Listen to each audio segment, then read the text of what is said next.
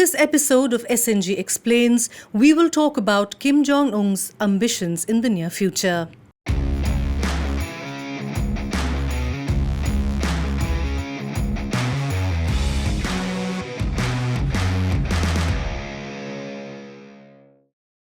What does North Korea's mercurial leader Kim Jong Un want?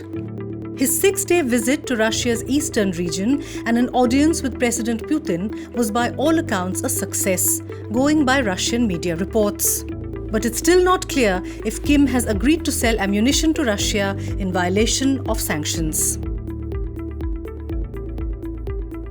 The Kim Jong Un's visit to Russia at this point in time has a little bit of history which we need to remember, because Kim Jong Un is most concerned about preserving his regime. That's number one priority for him. And that means that he seeks legitimacy for him being in power in North Korea. He obviously seeks an endorsement from major powers like United States and China. And therefore, the relationship with China has been kept on an even keel.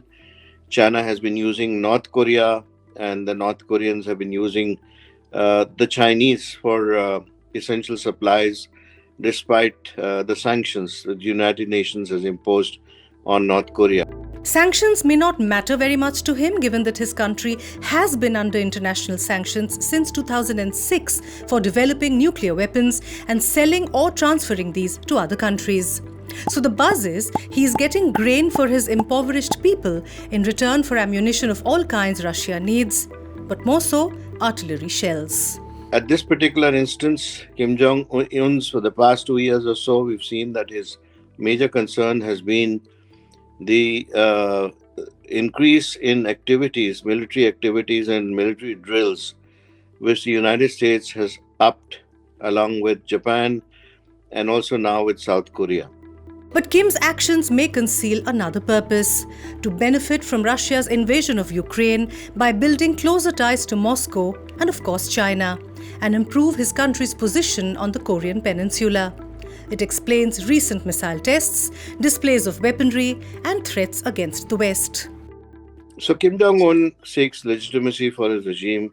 He does not want regime change. He wants to be free of the fear of being displaced as the ruler of North Korea.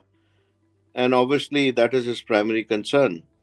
So anything that he can do to preserve that, and he's doing that so far by becoming a nuisance and posing a threat to Japan, South Korea, and of course the United States, because the United States has stationed troops in Guam, and the missiles from North Korea can now hit Guam quite comfortably, as we've seen in the recent past. He's been very clever about that by not directing the missile strikes to that region, but choosing to instead fire them around in the waters in order to give warnings.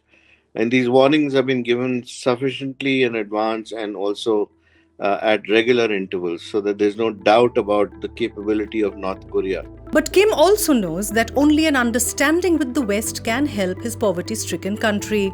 But any deal with them risks undermining his own position. At the same time, China, with its economy not doing well, is of limited help, and Russia's economy lacks capacity. Yet, these are the only countries he can turn to for help. It underscores Kim's challenges and frustrations. Stay tuned for more such topics on SNG Explains. We will be back with a new topic for you. Till then, keep watching Strat News Global. Don't forget to like, share, and subscribe.